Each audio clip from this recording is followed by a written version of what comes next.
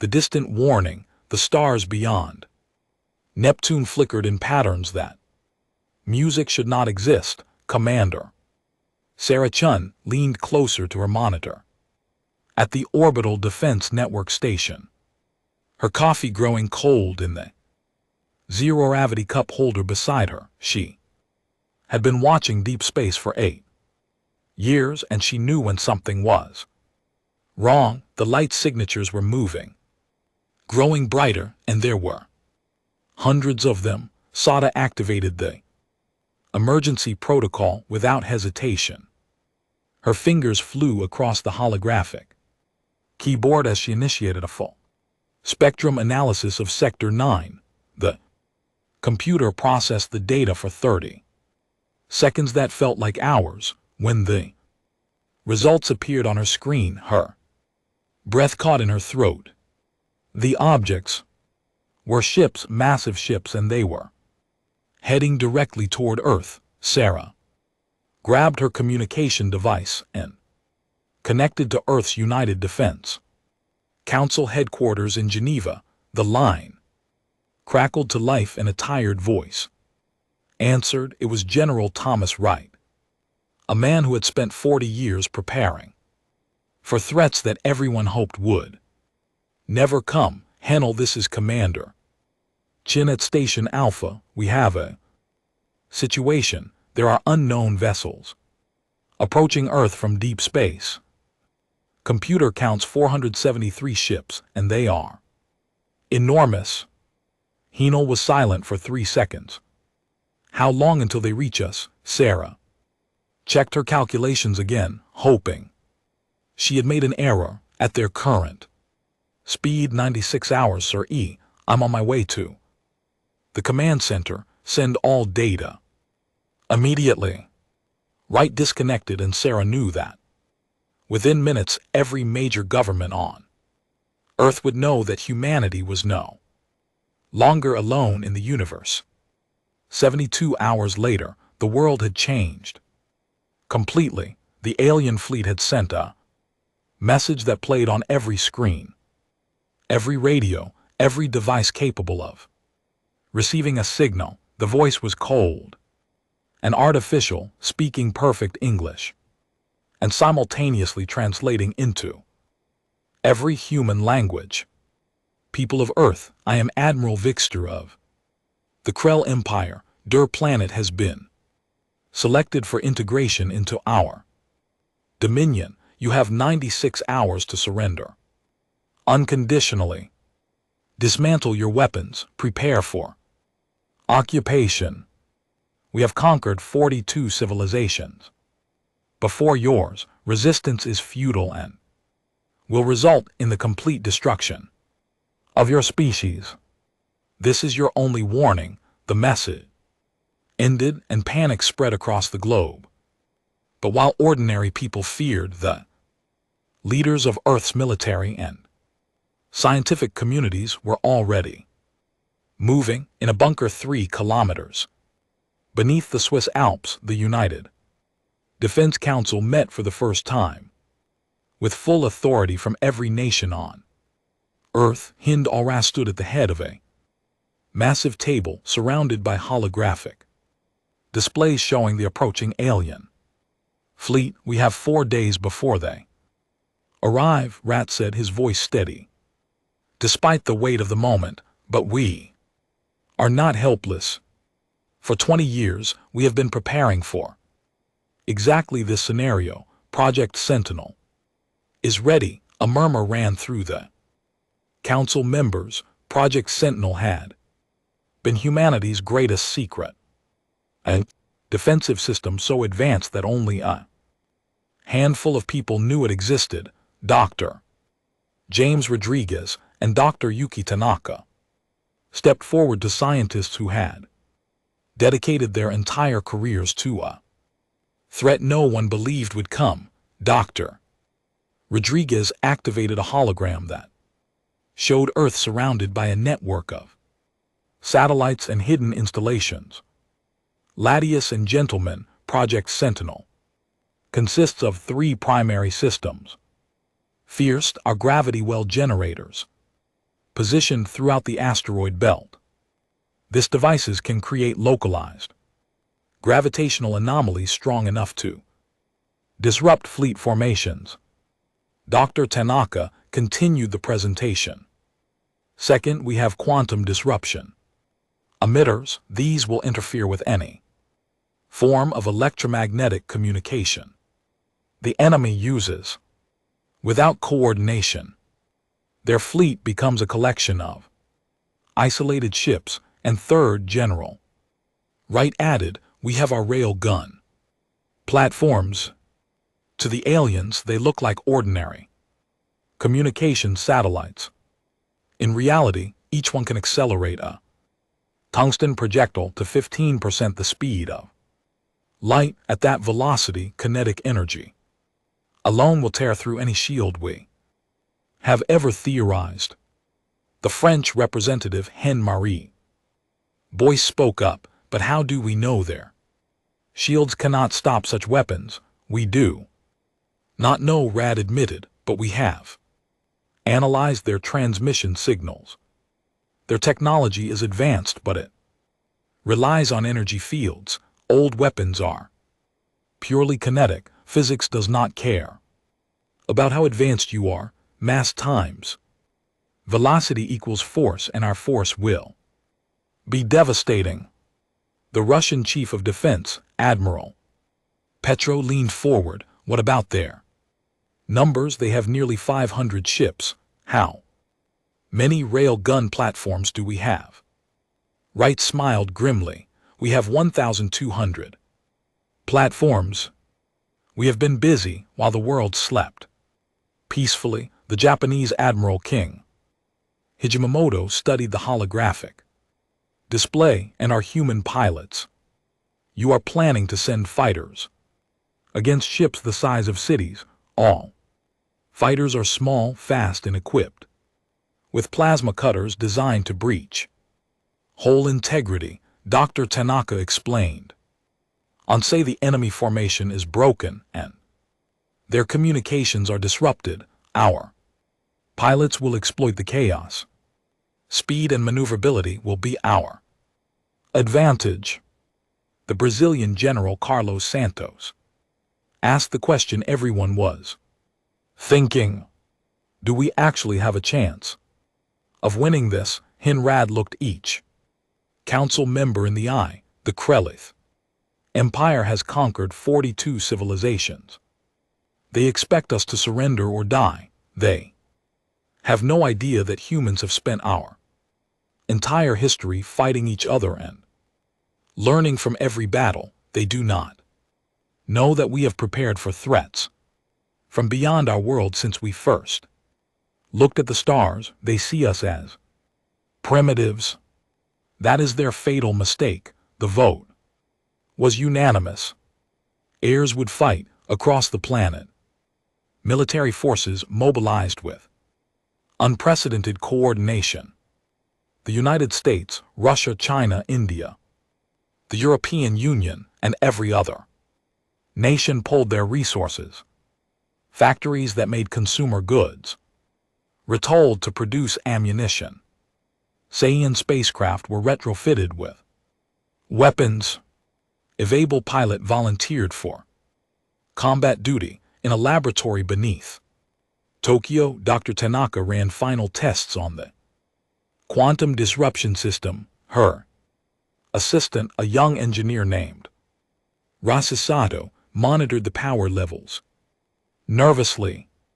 Doctor, if we push the emitters to maximum power, we might overload the entire network, Hiroshi warned. Anaka did not look up from her work. Then we will have 4 days of maximum power before the system fails. That is all we need. Meanwhile in Colorado, Dr. Rodriguez was having his own concerns. The gravity, while generators required enormous amounts of energy and coordinating them across millions of kilometers of space demanded perfect timing. He scowled. Dr. Amanda Foster ran simulations constantly. James, the probability of successfully Disrupting their formation is only 68%. Rodriguez smiled tiredly. Then we make sure we are in the 68%. Amanda, failure is not an option. Hin Allrat stood in the command center watching countdown clocks tick away the hours. He's Deputy Kono. Rachel Martinez approached with the latest intelligence report.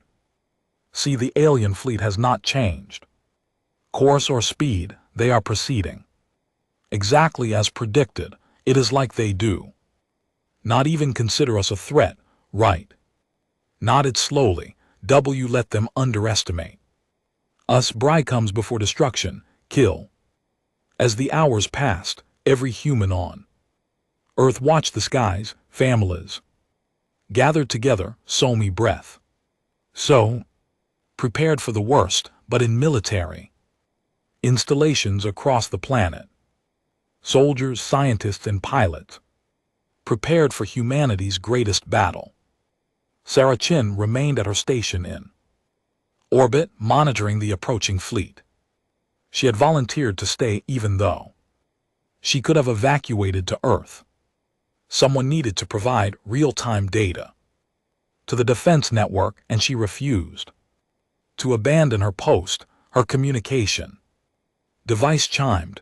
It was her daughter Emily, calling from their home in Vancouver. Mom, are you coming home? Emily's voice was small and frightened. Sarah felt her heart break, but her voice remained steady. Sweetheart, I need to stay here. I have an important job to do, but I promise you we are going to win this. Humans do not give up. I love you, Mom. I love you too, baby. Now go be brave. For me, as the final hours counted down, the Quyth fleet entered Earth's solar system. Admiral Vexthor sat in his command throne aboard the flagship destroyer of worlds, reviewing the pathetic defenses of this primitive planet. His tactical officer reported, Admir, we detect some unusual satellite configurations around their planet, but nothing that poses a threat to our shield. Vexthor laughed, a harsh sound that echoed through the bridge. These humans still use chemical rockets and metal projectiles. They are barely more advanced than the Valorans were, and we crush them in 6 hours. Maintain formation and proceed to bombardment range. The Quyth fleet moved forward in perfect geometric formation. Hundreds of massive warships arranged in a pattern designed to maximize their firepower while protecting their flagship. They had no idea they were flying into the most sophisticated trap humanity had ever built on Earth. In the command bunker, General Wright watched the alien ships cross the orbit of Mars. He turned to his communications officer. Send the message to all stations. Activate Project Sentinel. Let us show these invaders what humanity can do. Across the solar system, hidden weapons that had waited in silence for 20 years came to life. The battle for Earth was about to begin, and the Quyth Empire was about to learn that humans were far more dangerous than they appeared. Ingenious trap. Admiral Vexthor watched the blue planet grow larger on his view screen with satisfaction. In 3 hours, the Quyth fleet would be in position to begin the orbital bombardment. Earth cities would burn, and another primitive species would learn the price of defying the Empire. His officers moved efficiently around the bridge, confident in their overwhelming superiority. Tactical Officer Krenzar approached the Admiral's command throne. Sir, we are detecting some unusual energy readings from the asteroid belt, but our scanners cannot identify the source. Should we investigate? Vexthor waved a dismissive hand. Probably their primitive mining operations or malfunctioning satellites. These humans cannot even travel beyond their own moon effectively, maintain course and speed. That decision would cost the Quyth Empire everything. In the command bunker beneath Switzerland, General Wright watched the alien fleet position with intense focus. The holographic display showed the Quyth ships moving through space in their perfect geometric formation, completely unaware of what awaited them. Colonel Martinez stood beside him, her hand hovering over the activation controls. Distance to trigger point, Wright asked. Calmly, 200,000 km and closing, sir. Martinez reported, all systems are green. Project Sentinel is ready. Wright allowed himself a small smile. These aliens conquered 42 civilizations by following the same strategy every time. They rely on overwhelming force and technological superiority. They never adapted because they never needed to. That makes them predictable. Dr. Rodriguez's voice came through the communication system from his station. Tokyo, General, the gravity well generators are synchronized and locked onto their fleet coordinates. Dr. Tanaka confirms quantum disruption emitters are at maximum charge. Wright nodded even though Rodriguez could not see him. Excellent work, both of you. 20 years of preparation comes down to the next 10 minutes. On the view screen, the Quyth fleet crossed the invisible line Wright had been waiting for. They had entered the kill zone. Activate Phase 1. Wright ordered. Martinez pressed the controls, and across the asteroid belt, 36 gravity well generators that had been disguised as mining equipment roared to life. These devices, built using theoretical physics that had seemed impossible just decades ago, created localized distortions in space-time itself. The effect on the CWLA fleet was immediate and catastrophic. Admiral Vexter was thrown from his command throne as his flagship suddenly lurched sideways. Alarms screamed throughout the bridge, and his officers struggled to understand what was happening. The perfect geometric formation of the fleet began to collapse as invisible gravitational forces pulled ships in different directions. What is happening? Vexter roared, climbing back to his feet. Krenzar frantically worked his controls, his 3 eyes wide with confusion. Admiral, we are caught in multiple gravity wells. They appeared from nowhere. Our navigation systems cannot compensate. Throughout the Crawlis fleet, ships collided with each other as they were pulled off course. The tight formation that had been designed for maximum firepower became a liability as vessels crashed together, shields sparking and failing under the unexpected impacts. Vexter grabbed his communication device. All ships, emergency dispersal pattern, break formation and regroup at rally point Beta. But when he tried to send the command, nothing happened. Dr. Tanaka sat in her laboratory in Tokyo, watching her monitors with fierce satisfaction. The quantum disruption emitters had activated perfectly, flooding the space around the Quyth fleet with precisely tuned electromagnetic pulses that interfered with every form of wireless communication. Communication disruption holding at 97% effectiveness, she reported to the command bunker. They are isolated. General Wright's voice came back immediately. Excellent. Activate Phase 2. Across Earth's orbit, 1,200 satellites that had appeared to be ordinary communication relays suddenly revealed their true purpose. Armor plating retracted, exposing sleek rail gun barrels that had been hidden for 2 Decades, each weapon began to charge, drawing power from compact fusion, reactors that represented humanity's greatest achievement in energy technology. Colonel Martinez watched the targeting solutions lock into place. All railgun platforms have acquired targets, sir. Firing solutions are optimal. Wright took a deep breath. This was the moment that would decide humanity's fate. Fire all weapons.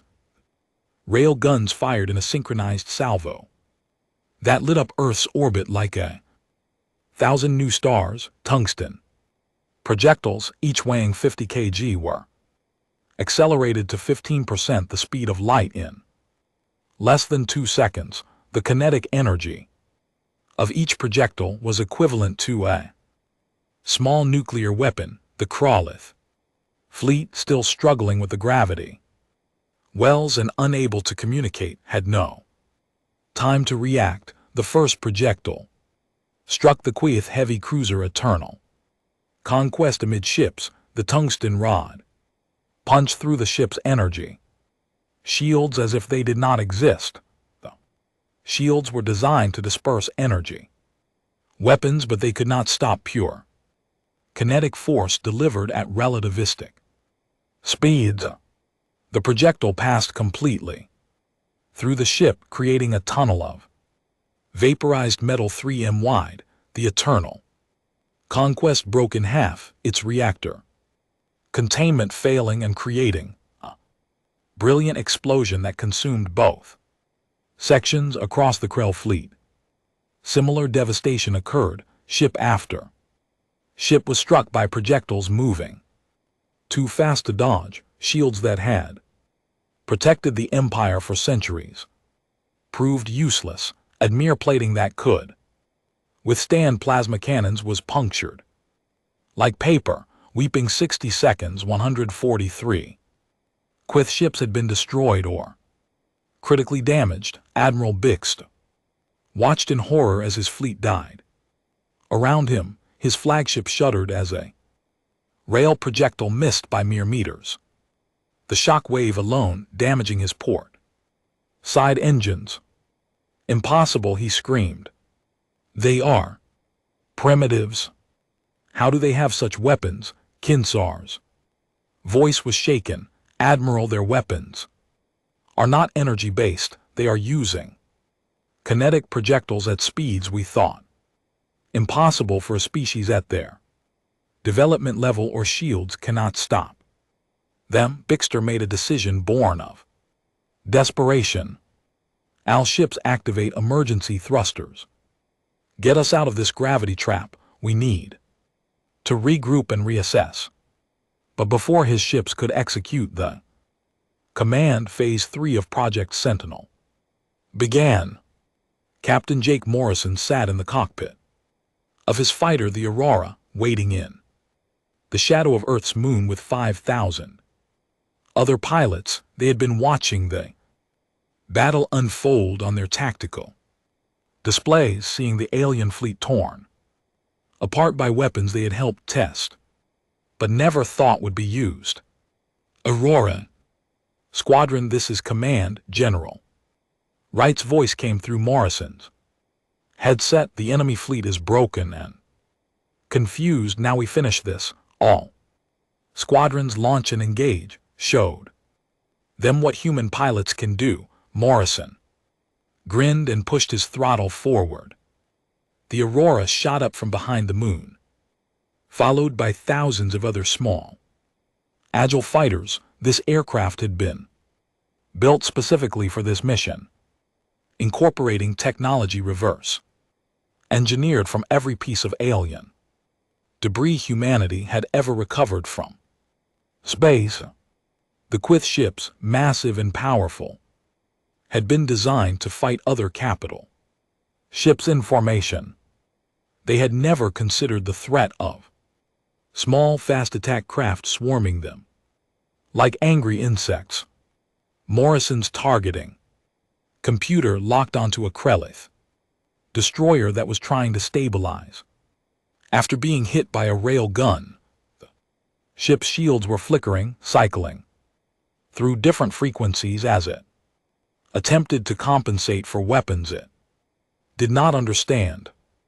Aurora leader to squadron target their shield generators and engine clusters. Dr. Tanaka's analysis said those are their weak points. Make every shot count. The fighters dove into the chaos of the disabled Krell fleet. Morrison fired his plasma cutter, a focused beam of superheated matter that could slice through ship holes when shields were down. The beam cut a glowing line across the destroyer's hull, breaching the armor and exposing interior compartments to vacuum. Other fighters followed his lead, exploiting the confusion and damage caused by the rail guns. The Quyth ships tried to defend themselves, but their weapons were designed for long-range capital ship combat. The human fighters were too small, too fast, and too numerous. Admiral Oixto realized with dawning horror that he was losing his fleet, which had seemed invincible just minutes ago, was being systematically destroyed by a species he had dismissed as primitive. His tactical officer was dead, killed when a rail gun projectile had grazed the flagship and explosive decompression had torn through the bridge. Our remaining ships retreat. Bixto commanded through the backup communication system. Full power to engines. We must escape and warn the Empire.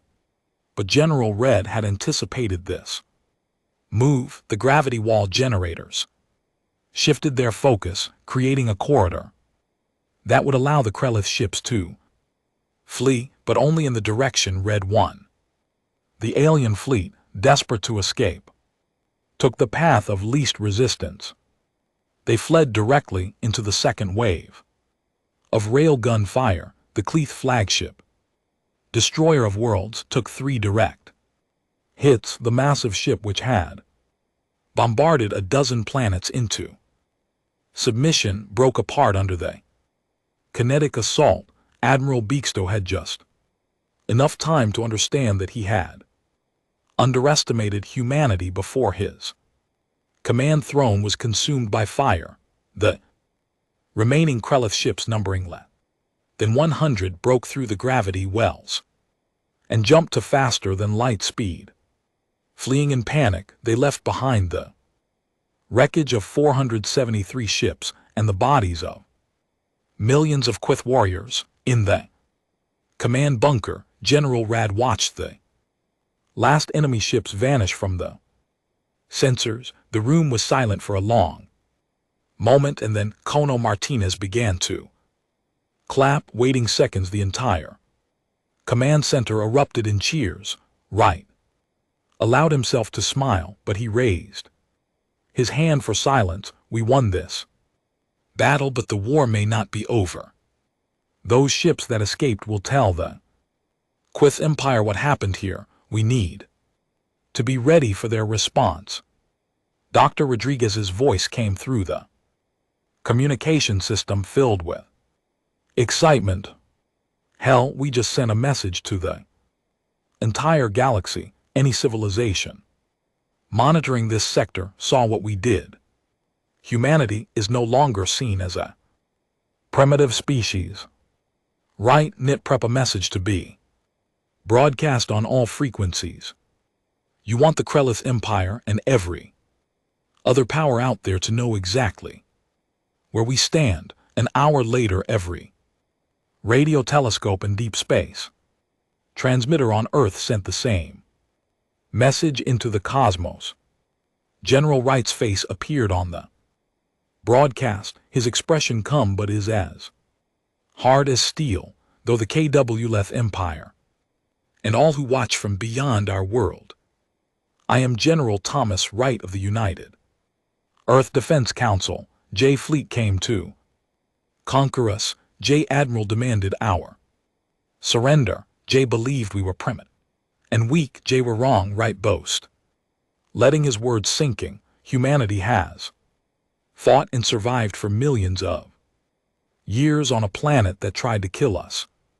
At every turn, we have spent our entire history wearing with each other, learning tactics and strategies from 10,000 battles. We have looked at the stars and prepared for the day when we would need to defend ourselves against threats from beyond our world. His expression hardened. We destroyed your fleet before it could touch our planet. We did this not with superior technology, but with human ingenuity, courage, and the will to serve. We do not seek war with other civilizations, but we will never surrender. Our freedom is our home, and we will defend it against any threat. Right lean forward, his final words carrying the weight of all humanity behind them.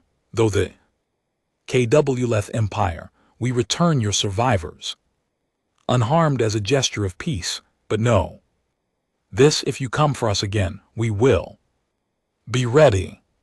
And to all others who watch from the stars, Earth extends its hand in friendship to those who come in peace, but to those who would conquer us, we say this: humanity will not kneel, we will not surrender, we will fight, and we will win. The message ended, and across the galaxy, civilizations that had never heard of Earth suddenly knew the name of humanity, the Qwith Empire, which had conquered 42 civilizations, retreated, and never threatened Earth again. Captain Morrison landed his fighter back at the lunar base, exhausted but triumphant. As he climbed out of his cockpit, his fellow pilots surrounded him, celebrating their impossible victory. Saracen watched from her orbital station as the debris field that had been the Qwith fleet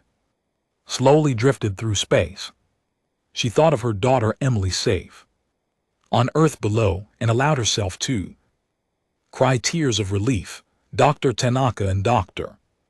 Rodriguez stood together in the command bunker, watching the celebration around them. 20 years of their lives had been dedicated to Project Sentinel, and it had worked beyond their wildest hopes.